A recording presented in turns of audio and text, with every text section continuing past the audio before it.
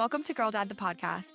I'm your host, Madeline Anderson, and I'm thrilled to bring you honest conversations with dads and daughters, sharing heartfelt stories, actionable advice, and real daughter perspectives that will help you be the best girl dad you can be. Mike Elliott, welcome to Girl Dad, the podcast. Yeah, so happy to be here. So happy to have you on. I love the work that you're doing, and I'm excited to have you on to talk about the dynamic between men and women and fathers and daughters and how dads can show up as their best version of themselves to support their family. Yeah, this is the work that I feel is some of the most important work in the world right now to bring in more safety, not just for the daughters, but for all of us. Mm-hmm. And before we dive into that work and all the wonderful things that you have to share, I would love for you to just kick things off by introducing yourself to the audience and telling us a little bit about where you're from, your work, and your family. So for all you new listeners, new to my work, I'm Mike Elliott. I'm a relationship coach, and I've had a very rough ride in the realm of relationship. It is the biggest pain and struggle in my life, which is what brought me into devoting my entire life to learn this area of relationship, because what I've found is we have a relationship to life itself, a relationship with our thoughts, a relationship with our feelings, a relationship with our partners and our kids and what we eat and how we treat our bodies. It's everything. And if we don't know how to be in right relationship, our life sucks. It's painful. It's heavy. And we want to get away from it. Some people check out of it. And I've been in that place of wanting to check out of it. And that led me down a path of really humbling myself to be supported by others. And the more support I got from others, the more I started to fall back in love with life. And it brought me into supporting other people in reciprocity to all this resource I started to have from being supported, being connected. And that led me to becoming a relationship coach. At first, it was for free. Just people in my life, all their lives would get better. I'm like, wait a minute, I think I'm really good at this. I should probably start charging money. And so I'm a relationship coach, and I help people who are struggling relationally reaccess their power so that they can create a thriving relationship, not just with their partner, but with themselves, with life itself. And I live in near a town called Nelson in British Columbia, Canada. It's called the West Kootenays, about 7 hours from Vancouver. And married to my beloved Courtney. I have a son, Cedar. He's 4 years old. And that's me. Amazing. Well, you're doing great work, and you and your wife have reached over 20,000 men and women with your work. So that's extremely impressive. I would love to hear from you about the most common themes that you're seeing with the dads that you work with and how you can help support their emotional presence with their daughters. One of the biggest pain points that I see with dads are they want to do such a good job. They're trying so hard to be a good job because they want the feeling of freedom and empowerment and pride of being a good father, but it's not what's playing out in the day-to-day interactions. It's not what's going on in their nervous system. And instead what's happening is, there's these tripwires get hit in the nervous system, and it's actually more reactivity instead of the ability to respond. And so it's hurting daughters because like this is true of all humanity, especially kiddos, but we're talking about girls, and girls really are feeling oriented. The very core of woman is chaos creative. And so little girls, they're just in an experience of being and feeling and wanting to be seen. But dads are getting triggered in their power, in the way that their energy flows in a different way that doesn't match order and structure. And they want to control it because they see it as a problem because of unresolved material that lives inside of them that's actually about their childhood where they didn't get the qualities they needed from their mother. So they don't have what I call the good mother inside, and they can't offer that part of them to their daughters. And then their daughters are afraid. They're intimidated. They are contracting in relationship to their fathers. And when you see cases like this, which it seems to be a common thread amongst a lot of men, how do you help coach them to shift that into a more positive, emotionally stable presence with their daughters? The default for men is they want another thing to do. They want to solve this. Is this. They want to speak to male consciousness right now. There's a part that we really love and feel satiated by. It's in all of us, the masculine inside of all of us. But for men, I watch this is just the theme. They're all the men I've supported over the years, the men that I've sat in men's circle with for over 10 years. We really like to do things. We like to build. We like to accomplish. We like friction. That feels good for us. But what I've found is the deep rewiring inside of our brains and inside of our bodies that give us the capacity to respond instead of react isn't from another thing to do. It's actually to be held. This is why I do 6-month containers with my clients, is I create a container of a different kind of relationship so they can actually stop pushing and performing to hopefully experience that being received in the power that they have, of the enoughness. And so it's actually, instead of doing more, it's doing less so that the body can start unwinding from all the things it's running from in the pushing and the providing. And so this is the journey of actually dropping down into the vulnerability of their own human heart to unpack all their baggage that is just stacked up inside of them, in their thoughts, their emotions, their biology. Hmm.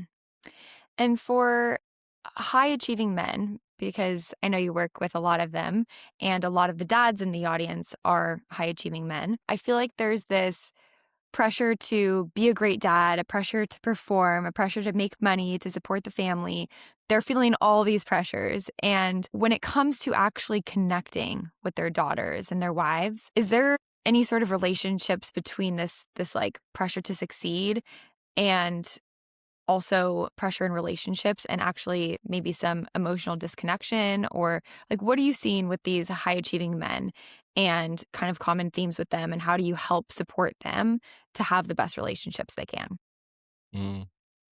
A lot of these high performing men, they are running in an internal mechanism of, if I provide more material, tangible goods, then everyone will be happy. My partner will be happy. My kids will be happy. And then the ultimate despair inside is when those material goods and the financial goods come in, aren't leading to them having more happiness or connection, or them expressing, oh, I love that you're here. Like, if they're not getting that mirror and reflection, it's so confusing. And then it feeds that internal mechanism again. I need to push harder. I need to provide more. I need to do more. And then that very mechanism, which I call the more monster, in the providing, is actually the thing that's chipping away at the relationship. Because what the partner's looking for, what the kids are looking for, is connection. They're looking to Hmm. feel the bond.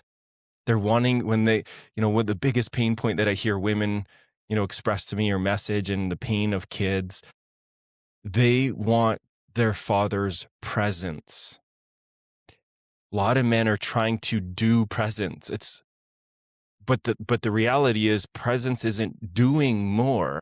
It's actually getting to know what are all the defenders, the coping strategies that are preventing the presence of that man to be there. It's shedding the things that have been stacked up over the years, all those ways of being, so that they can drop down into sitting in the room on the couch, not thinking about work, not thinking about the next thing that they have to do or the meetings, and actually getting to know the world of their partner and their children that are right in front of them in that very moment, and dropping into that sweet heart of his and connecting from that place. That's what people are looking for. And when I work with men, that's the journey, is how much presence is needed for that man to start to experience it for himself so that he gets it up here in his head. Oh, this is what they're needing because he can feel what it's like to receive it. Hmm. Yeah, I think there's this huge translation issue that we have between men and women. And that goes with, husbands and wives, fathers and daughters, brothers and sisters. But we are just so different at our core. And I know a lot of the work that you're doing is so wonderful, and it's kind of rooted in that past experiences and how it affects the future. But I think this goes across the board for everyone because, again, men and women are so different and our needs are so different. And so if you are, doing something for your partner that you would want for yourself, you realize that it's maybe not at all what she wants. And if it's the opposite is true too, right? If she's doing all these things for you that she wants done, but it's not getting any recognition, that's frustrating. But it's frustrating for the man as well because it's not what he wants either. And so it's this like just snowball effect of everyone doing things that aren't actually landing because it's not what the other person needs. And I feel like this is just so common for all men and women in all the different dynamics, like I mentioned. But it's so important to talk about because that's how we get on the same level. That's how we understand one another and what we need from each other. And that goes with communication, how we're speaking to one another. That goes with the doing, like you're talking about, right? And yeah, and even just the feeling, like understanding that women feel very differently. Like I am a huge feeler and my husband is a huge doer. And we are a classic example of like opposites in terms of like men and women. And it took a little bit to really understand, oh, wait, we're just not the same. Like he would take me to the gym and we would work out together. And he was so like, push harder, like go, go, go, like just really like encouraging me. And he wanted me to do that for him too. And it was like coming from this amazing place of love and like, let's get stronger together. And it was like so good in theory. But in practice, I was like having all these feelings of, oh, I'm not good enough. I have to push harder. It was not what I needed as a major feeler. Right. And I couldn't even give him what he needed to encourage him to be better because for me, that was like the wrong words to come out of my mouth because that's not what I wanted to hear. So it's just a prime example of how different we are and how it's important to understand one another and speak to one another in a way that actually lands. So going back to, your work, are there any common themes that you see just like this between men and women, maybe particularly husbands and wives or fathers and daughters that have really been eye-opening for your clients? You're describing it beautifully. This place where even just that new awareness that we're different Mhm. is key. And it it kind of seems so simple that it should just make sense, but it often doesn't. When I first started accessing Alison Armstrong's work, this is the very core of her work. Mhm. Is she's got this book called Understanding the Development of Men, another one Understanding Woman, and when I read those books, it brought me into the experience of feeling so seen in my experience of man that I wasn't even fully in contact with because I didn't have a healthy mother and father. Like my parents were healthy in so many ways, but they weren't really bonded. They weren't in a really connected, nourishing relationship to model to me what that would look like in the difference. Like, what's the role of father and what's the role of mother and how are they different? But how do they weave together? How are they stronger in the difference? There's so many people that I work with. It's just bringing them to some of the core principles of what the role of mother and father are changes so much. These are where I experience some of the biggest breakthroughs. So I'll share it here.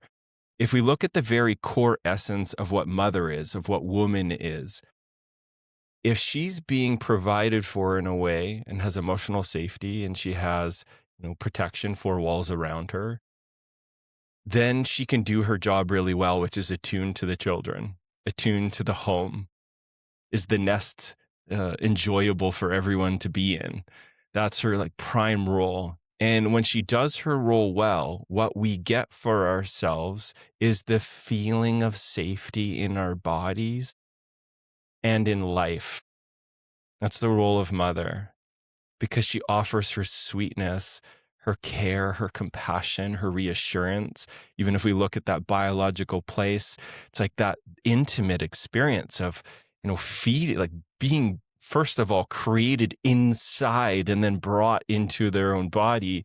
And then the milk and the skin to skin contact and all the, pheromones. Like it's such an intimate experience. And so we really need mom to be present in her own experience so that we get the download or the software of, oh, I matter. My needs aren't a problem. They're healthy. They're part of being a human being, and they get met enough of the time that Mhm. I feel safe in here in this body, and I feel safe in life because, oh, I'm being held. And now if we shift over to the role of father, father is this energy that when we go back to the essence of nature, it's the banks of the river. Feminine's the river, it's the forever changing, the flowing, the great mystery. And then father's the banks of the river, guides that energy in a way that is nourishing and in service to the home, but to others also. And so the essence of father is order. And so many of us didn't get the experience of protection and order from a father, and we didn't get the feeling enough of it, this feeling of safety from mother. So now we've got this whole inner turmoil between our own inner mother and father that is now being projected and re-experienced in our relationship with our partner, with our kids, with people at work, with everyone. This is the big conundrum that we're in as humanity is, whoa, how do I create safety for myself? How do I take order in my own life? Take responsibility, because if we do those two things, we actually arrive into higher levels of health. And then we can offer over that higher level of health to the people that we're relating with.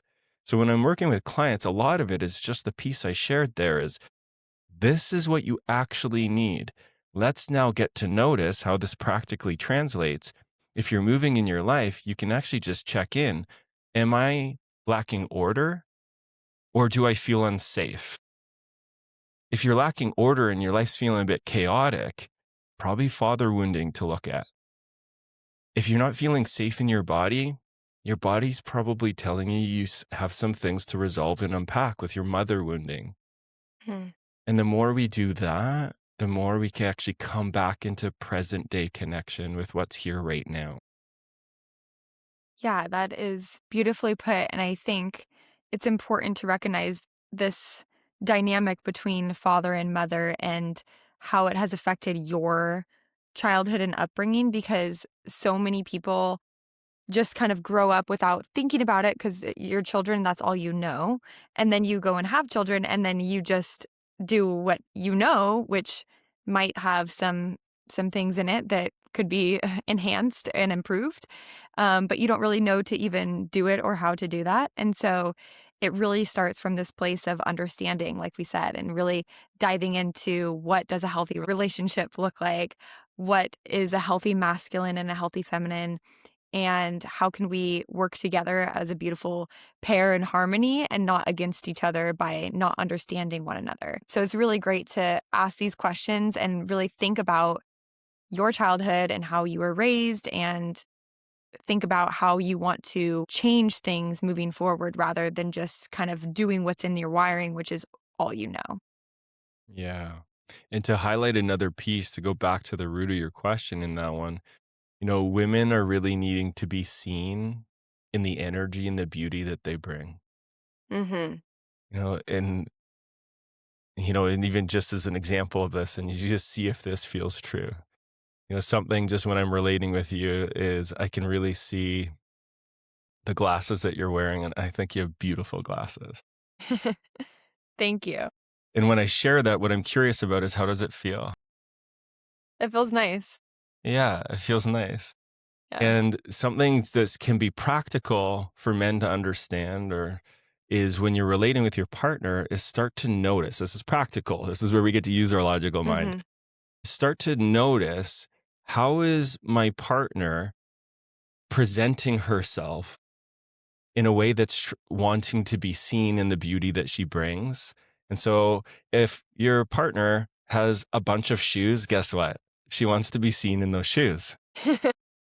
There's something that it brings her in expression of those shoes, and she's just longing to be seen in that.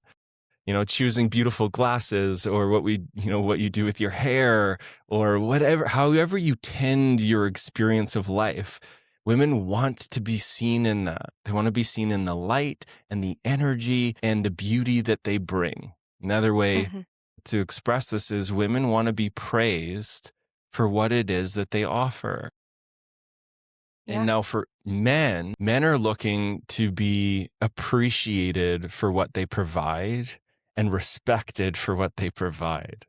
This is one of the biggest pain points I see with men. They're so infuriated that they're working so damn hard. They're hours at the work, especially with the high performing men they've spent decades building this empire, making millions of dollars. Inside, though, they feel invisible. They feel underappreciated.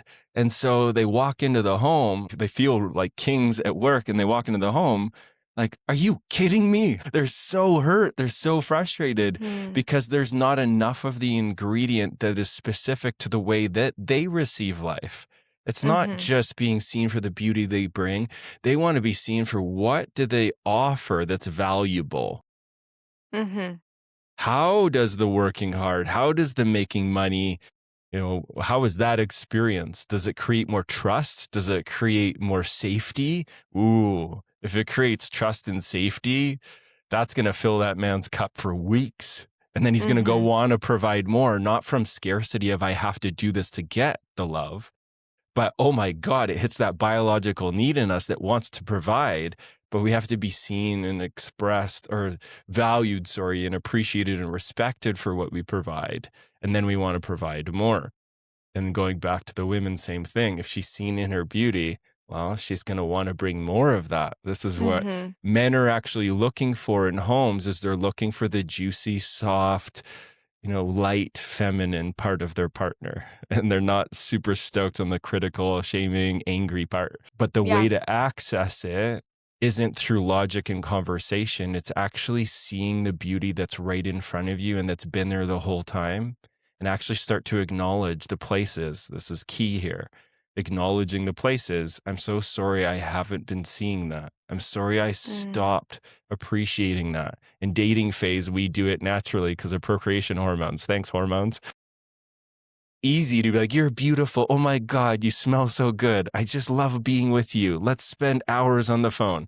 And then the hormones go away. And now we're left with actually doing relational work as adults, Mm. reigniting those ingredients that worked in the beginning that led to the mate, and bringing those in the relationship ongoing. God, you're Yeah. beautiful. I love that you're in my life. I love spending time with you. If men are listening, write those statements down. I love being with you. Your feelings are so welcome. They help me so much feel where I need to slow down. Mhm. God, I love just being in life with you and co-creating together. It's one of my favorite things to do, favorite places to be. Like when those expressions are shared, then guess what? That angry, crusty feminine dissolves. She starts to open up and soften. Yeah. Yeah, I mean, everything that you're saying is very true. From a woman's perspective, I can attest. I mean, it's the same reason why, if a woman goes and gets her hair done and she comes home and he doesn't notice, it's like a big Off. deal, right? It's not about the hair. Like, it's really not. It's about the fact that, like, she wants to feel pretty and she wants to feel seen. And if you compliment her and notice things like that, lights her up and makes her feel really good. And she wants to do more of it. And she wants to make you she wants to help you feel good too. She wants to do things around the house that help you or, compliment your work ethic or things that you've done for her. Like, even, you made me think about how I was gone last week for work. And my husband, when I was gone, put in a shower head filter that I had bought that I didn't know how to put in. And I was really excited about this filter because I'm getting a little nervous about tap water and all the nasty chemicals in it and everything. And so I was really excited about this. And when I came home, he said he has a surprise for me and he had put it in, and it had taken him a lot of work because, well, it was a sink and a shower, and the sink was all, it was a whole process. And so I made sure to really, I was like, thank you so much, because for me, this means so much to me. I feel so much safer when I'm showering. I feel really grateful that you took the time to do this. And I made sure to compliment those elements of it, because it's true. Like, that's what he needs to hear. He doesn't need to just hear like, thank you, you're amazing. He doesn't want to hear he's amazing. He knows he's amazing. He wants to hear how it affected me. And it did affect me really positively. And I'm super grateful for him taking the time to do that. That was a wonderful surprise to come home to. And I genuinely meant it. But it's because I know that that's what he needs to hear that I'm able to say that. And I think that's what I'm trying to state with this whole ramble here, is just that knowing your partner and knowing what the opposing sex needs to hear helps that connection bridge, and helps bridge the gap between one another, and helps spread love the way that you intend it to. But sometimes it just doesn't get interpreted that way because it's not exactly what the other person needs to hear. So everything that you said is very true. And, even one thing that was interesting is learning that for men, could and would are very different words, or like will or can. So I used to ask Max, like, oh, can you do this? Or could you do this? Mm. And then I read about, if I said would, like, would you do this or will you do this? It's a whole nother feeling for the man. It's like, of course I will, instead of like, yeah, I can. And so we had a great conversation around that. And he was like, no, this is true. Like, if you say those words, it means something totally different to me. And I was like, okay, well, that's good to know. So now I've been, trying to consciously make an effort to say the right word, even though for me as a woman, those words are interchangeable. And so for men listening, if that's something that you want to kind of open these conversations with your partner or your daughter, I mean, teaching her how to speak to men in a way that they hear her better. I think these are all really great things to just understand and take note of. Yeah, that's so beautiful. And what I'm hearing there too is where you and your partner embody being in each other's care. Mm-hmm. And this is the requirement for all thriving relationships, is understanding, in order for me, this is the enlightened self-interest part, in order for you to experience more grace and ease and peace in the relationship, it's in your interest to get to know how the other person receives and what is important and what is meaningful to them, because then we are different and we do receive things different. And when we get to know that, what we're actually practicing is being in each other's care, and that Mm-hmm. creates safety, because what it's doing is it's hitting the essence of all of us that we need. We need to be seen, we need to be heard, and we need to be understood.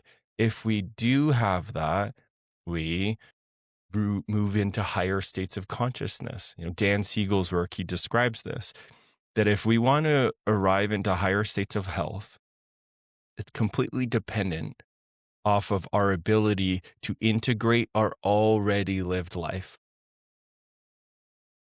And if we don't integrate our already lived life, then we stay stuck developmentally. So whatever hurt and harm happened back then, it stays stuck in our brain in the way that we Mm-hmm. see and make sense of the world. What we need to integrate is what you're describing. We need to be in relationships where there's an agreement, a devotion to being in each other's care. Because what's been proven through neuroscience is relational attunement in relationship is required for us to integrate. This is why a lot of people, this is huge, for any of you listeners that are high performers, you're often really good at figuring things out on your own. And you push and you grind and you read the book and you're listening to podcasts while you're driving to work. But then you go to have a conversation with your partner and they express some emotion and you collapse, you get reactive. That's a testament of, whoa, I didn't get enough of relational attunement. I need to experience that so that I can offer it. We can't offer it if we didn't get it. We need to be in relationships. This is why relationship is so important. Discernment, boundaries, so important. because we need to be attuning to each other so that we can actually get to know what's going on actually for this person I'm with in life with in this moment. If I care about that, then I will know what to offer intuitively. That will feel good for them. It'll feel good for me offering it. And then now we're both spiraling up into more safety and more order in the interaction. Then we go into higher levels of health. And Mhm. that's practical, that's real. Often when people hear that, it makes sense. Well, of course. You know, how many times, if somebody's listening, maybe even think of it this way. Remember back to one of your most meaningful moments in your life. Often it goes back to some experience with a person offering over presence, a person who's relationally attuning to saying or offering the thing that would feel so good in the receiving of it. And then the brain logs that of, wow, I really liked that. And often what happens is we forget the ingredients that create that experience that we don't want to lose. So we keep chasing something outside of ourselves to attain that feeling again. But it's not in the external thing. It's actually staying in the relationships that are here and learning how to attune and be in each other's care, like you beautifully described. Because when that's happening, it feels so good to be here. Mhm. And then we want to lean in more to all those vulnerable parts of our human experience. We all have tender hearts and we need safety for them to be here more. Yeah, so true. And another interesting kind of note about women and everything that you just mentioned is how for us it's a constant evolution and constant need for all the things that you talked about. So Mhm. it's like a daily check in with these compliments, with these comments, with the way that you show up for us, because that's just how we operate. We're kind of almost always testing and questioning and feeling, right? And even if we feel logically, or I guess not even feel logically, even if we think logically that we're safe in the relationship and everything is good, if we're not getting the reinforcement from our partner or from our father, with father-daughter relationships, we can feel like the opposite is true. And I know that might sound daunting because men don't tend to need it like that. They can have one great compliment or feel good one day and it'll last a month, like you mentioned. For us, it's a day maximum, and we're starting fresh. And now we're wondering, okay, how are things? Where do things lay? And in the book, Men Are From Mars, Women Are From Venus, John Gray describes it as the point system, right? And so everything that men do for us women is 1 point, and the points restart the next day, and it's very different for men, but I think it's really important to note this when we're having this conversation, because as you're thinking about, "How can I show up better for my partner? How can I show up better for my daughter?" It's about the little things and doing them frequently more than these big gestures. Even just a simple heartfelt conversation goes so far, well, for a day. But, I just wanted to kind of note that there because it's just a major difference between men and women, and I think something that fathers would appreciate knowing and understanding about us. Yeah. And I want to add to that if I can Yeah. and leverage the logical mind. What I've learned over the years is this isn't just men, this is all of us. We like games. Games are fun. There's a novelty to it, and it hits all those feel good feelings. So, what I really like to explain with my clients here is the game to play is relationship. And I didn't play a ton of video games, but I'm sure everyone can relate to the video games where if it's a game where it's a fighting game, there's the whole power signal on the bottom right, bottom of the screen. And then, oh God, if you get hit too many times, you like lose that power. Yeah. And then, then you're done. But there's things that you can do that like boosts up those green Mm, bars and whoa. And then, it makes you think of Tiger Woods golf and you could get into that power boost. It feels good to see that ultimate power. And what I like to explain with my clients is the game of relationship is to see if you can get that up into full green bars and get that into the boost. And the way that you do it is with relational deposits. I'm going to go into what relational deposits are and why we need them. But I want to reference the video game is if we go back and actually look at what's happening in those video games, when the energy's going down in that little signal, if we look at the expression of the person on the screen, they're starting to cower, they're starting to collapse, they're starting to move slower. That's in direct proportion to that energy. Now, Mhm. as human beings, the game that we're playing is how attuned can we be to read our daughters, to read our partners of are they slumping? Are they not sharing their true feelings? Are they starting to kind of turn away and not make eye contact?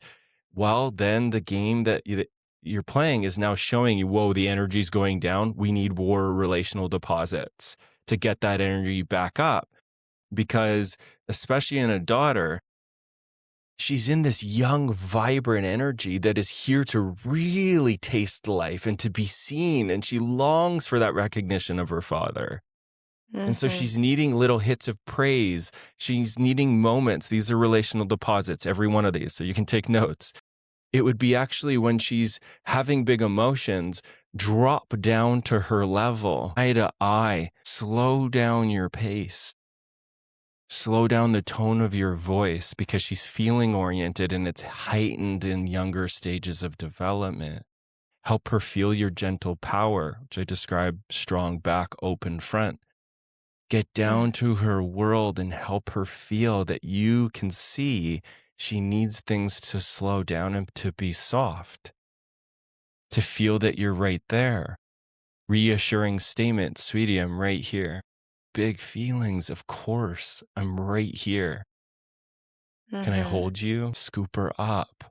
Every one of these little moments is a relational deposit. And how well we're doing at the video game of relationship or fathering will be, does she start to open up and blossom? Does she Mhm. find her footing again? Does she now get that warm glow in her cheeks?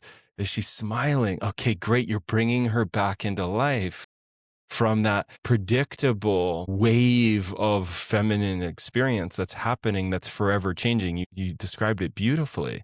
Forever changing. That is the gift of feminine energy in itself. Forever changing. And so it's Mhm. requiring relational deposits regularly. And our job as fathers is to notice, whoa, are they blossoming and opening? Or are they starting to contract and move away? That's the report card to look at. How well you're Yeah. doing. If you don't get to go to the next level of being revered and appreciated as father, if we're not giving enough relational deposits. So true.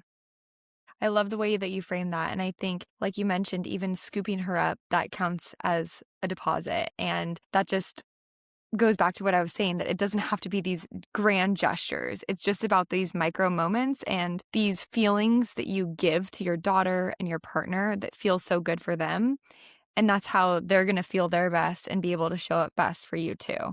And it's the beauty of the male female dynamic and also the challenge, but I think it makes it really interesting. And we're the river, right? We're flowing, we're changing, and if we were also the riverbed, it would just be boring.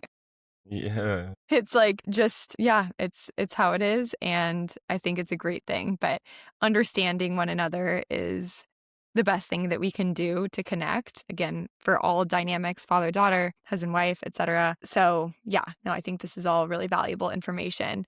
I did want to talk a little bit about secure attachment because I think this is it's still yes, it's, valuable for husband and wife, but really extremely valuable for father-daughter relationships, and would just love to hear from you around, like, any principles or advice that you have for men and women, um, to achieve secure attachment. Mm. Yeah. Such a juicy question. Secure attachment. Secure attachment, just to orient, if you're new to this, secure attachment is this place where we feel really good in ourselves and we feel really solid, calm, peaceful, responsive to ourselves and to others, to life. That's secure attachment of I'm in here. Yep. It's unpredictable. I have no idea what's going on, but I'm okay. I like being in here. I know that I have the skills inside of me to navigate all the vicissitudes of life. That's secure attachment. Secure attachment is cultivated with many relational deposits over time. This is key to understand this. There's an honoring of nature, healthy right order of things. We don't just get to skip through the levels to have secure attachment if we didn't get enough of the right deposits to create the feeling of safety and order in our own life. What we described earlier, the mother and the father energy. So in relationship, that's just accepting.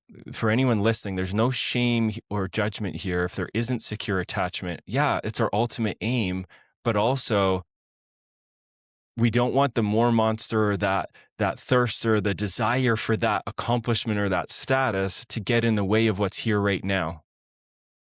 A lot of us do have insecure attachment, in some places secure attachment.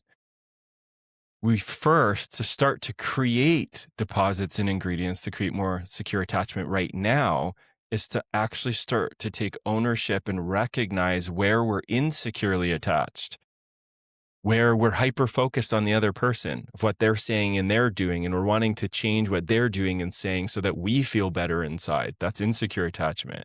I need the Mhm. external circumstances to change so that I can feel okay. Ultimately, that's what insecure attachment is something is vulnerable and scary inside, and I need the outside world to change so that I feel better.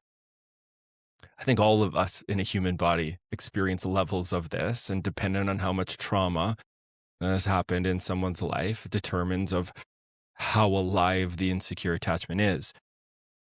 Now, to start to cultivate secure attachment, all we got to do is to start focus on integrating our already lived life, which means I got to build a relationship with my own thoughts, my own feelings, my own experiences, so that I do become more secure in myself and then offer that to the relationship.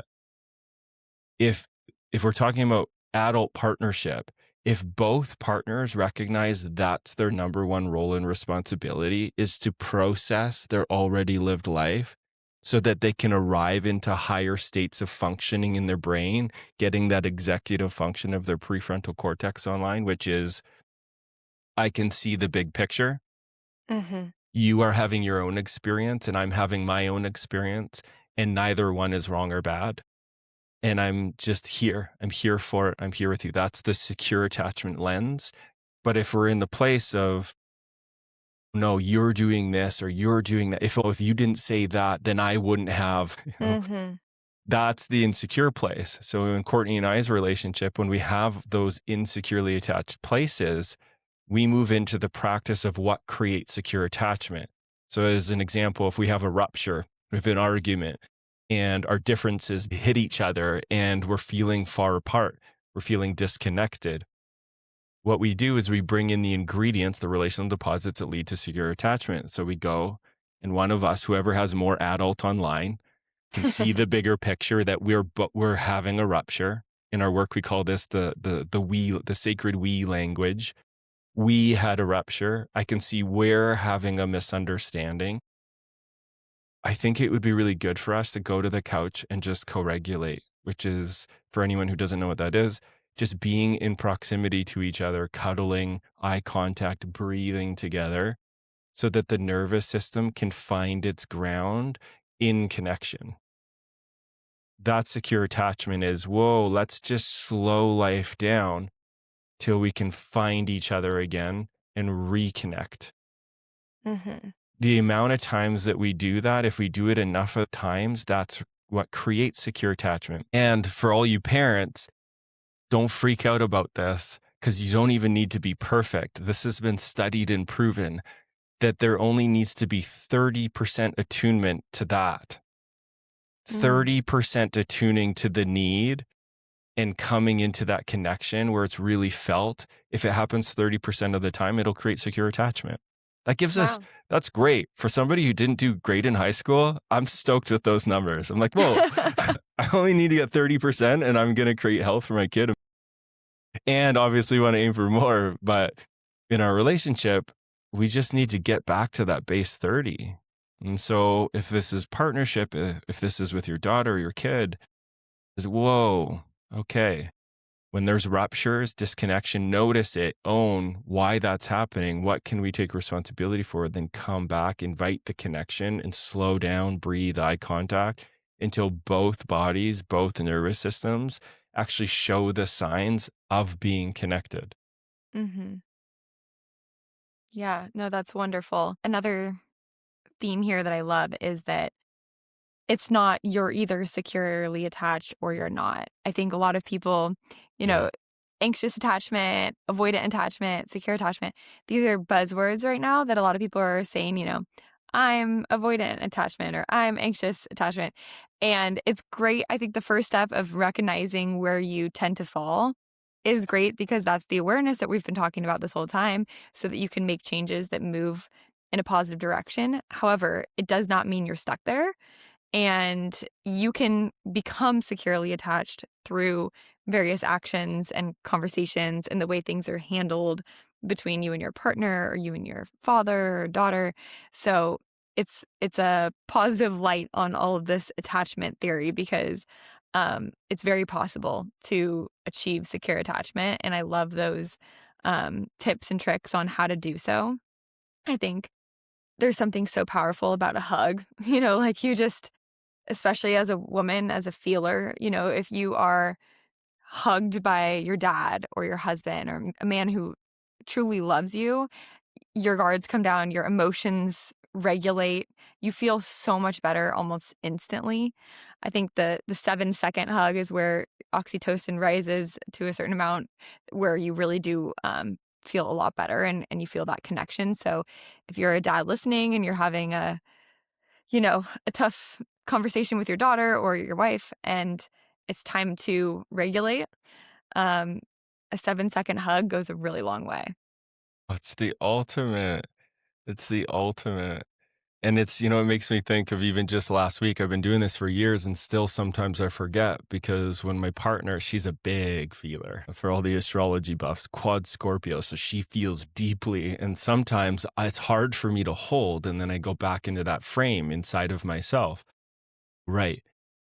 Knowing her, she just needs to let this energy move out of her. I imagine a big emotional bucket in front of me, and I imagine it all going in the bucket so that I don't take it personal, so it doesn't trigger all that internalized shame and me think that I'm bad or wrong.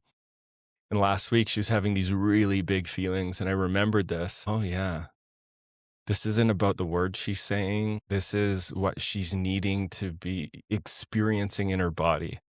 So I walked slowly to her in the kitchen and I just looked at her and I said, "Sweetie, I'm really sensing that I think what you're needing the most right now is a hug. Can I just hold you?" And she just got this like little quiver in her eye and she's like, "Yeah, Aw. yeah, I'd love that." And then I just hold her and then she cries and she gets to let the tears move the energy, slows the Mhm, words down, and she just dumps the tears and lets herself feel the grief of, all the places that are alive in her as a mother, as a woman in the world today, right now. Lots of mothers and women are grieving what hasn't been available for so many generations of safety, mhm, of providership, of protection. We're all feeling the impact of the patriarch. It's big. That means to come back into right relationship, we need to feel the grief of that and how that's impacted motherhood, how that's impacted the development of humanity, that's led to war and chaos that we're all working with right now. That's what's here. And we have to meet all that non love with love. And part of it is it starts in the home, it starts in the recognizing, oh God, sweetie, come here. Let me just hold you so that that experience can be met with the feeling of safety and ground.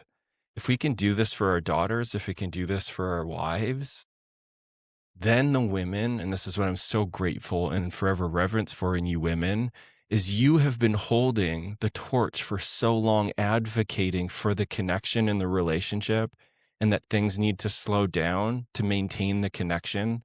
So thank you for always having the pulse because of how you're biologically built, of tending the nest, of really caring and speaking to the grievances of where there isn't harmony in the home. Because if we really listen and feel that, then we actually get to come back into a healthier expression of power, which feels better for everyone, not just for the kids and the women, but for us as the men offering it. This is what I call gentle power. Feels so good to be received in that. Mm. Thank you for that. And we are coming up on time. So I would love for you to just close with one final piece of advice that you have for all the girl dads out there. I know you've shared a lot today, but what would be your one take home piece of advice? One of the most important pieces that I'd share is move into the arena of doing your work. And when I say doing your work, it means moving into arenas where there's other men doing work, brotherhood, starting to understand about attachment, knowing the difference between man and woman. Like whatever your version is, whatever you're attracted to, there's so many different avenues, is move towards that so that you can find the place that feels good for you to become a more mature, present father. You know, if there's resonance to what I've been sharing, I have an online community called The Initiated Man. I do one-to-one work, and there's all these different entry points to actually start doing the work. Because when we do, we get to experience the victory. Makes me think of one of my client messages last week. Shot me this message, and he's in tears expressing it of like, oh, you know, there's one of the water lines burst in the house and water was pouring everywhere. And I walked in and I was like, oh, and he described his whole inner process. And he said, you know what then happened? Like my daughter looked at me and she said, and she was freaking out and his wife was freaking out. And then he's just crying, expressing this. It touched him so deeply. His daughter looked up at him and said, Dad, what's going on? You're so different. Oh, And then he's just like, oh. And she's like, normally you'd be freaking out right now, and you're totally calm.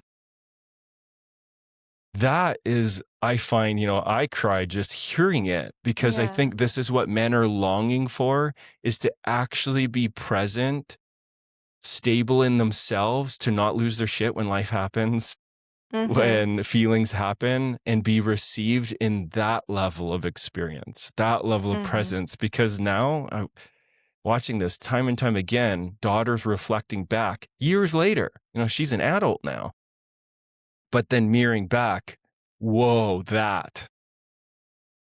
Yeah. feeling that, feeling him as the banks of the river in the chaos so that she can rest into, I'm okay, my dad's here.